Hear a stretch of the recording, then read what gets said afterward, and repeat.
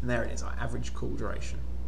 I'm going to do exactly the same thing, but this time we're going to be looking at the average accountable time. And that's going to be, I'm just going to type this in for purposes of speed, so that's going to be sum of the total accountable time in hours divided by the sum of the number of incidents. There we go, there's our second variable. Okay, now we will need to put this information into our report. So first off, I'm going to put it into a table. So I'm going to click on my templates and add a vertical table to my report. Now there's no data in there at the moment, so we need to add that data in, and that's again a drag and drop process. So I'm going to look at the company name first of all. Now we see it's brought up the company name, and you'll see that the top one is actually blank, and that's actually incredibly useful, because what that tells me is that company name is not a mandatory field in Service Manager, and it probably should be, because people get sloppy and they don't necessarily fill in all the fields they should do. So if you made that a mandatory field, we wouldn't have any blanks here. So it's quite revealing about the Service Manager implementation. Now we also need the priority of our calls. I'm going to drop that in there. And we need our two new shiny variables. That's our average accountable time, our average call duration, and I'm also going to look at the number of incidents as well. So there we go, there's all our data in our chart. Now that's really useful, but this is all kind of all the companies together, and it would be perhaps more useful to separate out into separate tables by the company. So that's very easy. You just select and highlight the data under company name. I'm just going to drag that up above the table, and what that does is create sections. So there we go, there are our 4 sections. Each section is a separate company, so we don't have that company name data in the table, we just have the other bits of data, because each table is a separate company anyway. Okay, now I also want to look at this information graphically, so I'm going to create a chart as well.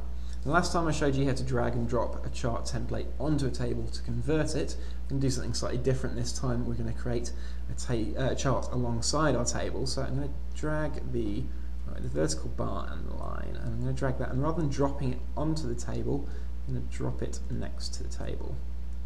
That's going to create our placeholder. Now, because we haven't converted the table, there's no data in this chart just yet, so we've got this placeholder, and it's come into the structure view of our report. So you'll see we're not seeing the actual data, we're just seeing the way the data is organised. So I need to drag and drop my data again into the chart. So we don't need to worry about company name, because we're already looking at sections, and each section is going to have its own chart as it has its own table. So we don't need to worry about that, but we are going to look at the priority of the calls, which I want to divide my chart up by, so I'm going to drag and drop that there.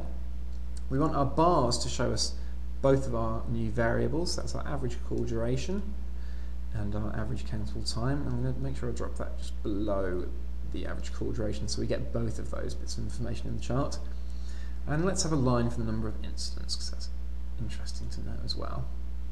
Now if I hit view results, it's going to actually show me my charts, one per, oh, and they're a bit overlapping with the table, so let me just move those down. Okay, and if you change it in one section, it changes it in all the sections. And let's just make that a bit prettier, so let's add a legend. Let's take off the 3D look, and let's size that out. There we go, and that's applying that to all of the charts, the chart in each section. And what that gives us is some very interesting information. So we can see the total, or the average rather, call duration of Bob's calls, and we can see that the average accountable duration, which is that orange bar, is lower than the average call duration. So while calls might be taking a while to close, Bob isn't actually accountable for all that time, someone else is, and in most cases that's going to be the user. So if we scroll down, so for instance if we look at Acme on the critical calls, the average call duration was up around 153 hours, but actually Bob was only accountable for 91.5 of those hours. And this is really, really important, because it means that as Bob's boss, you can go to the business users and say, well, you know, here are the objective figures. We're not just talking about the the call duration, we're actually talking about how much of that time we are accountable for, and the rest of that time you as the user are accountable for. And maybe there needs to be some education there to make sure that things go a bit smoother and we can really get those numbers down and make sure that everyone is working as efficiently as possible. That's it for this time.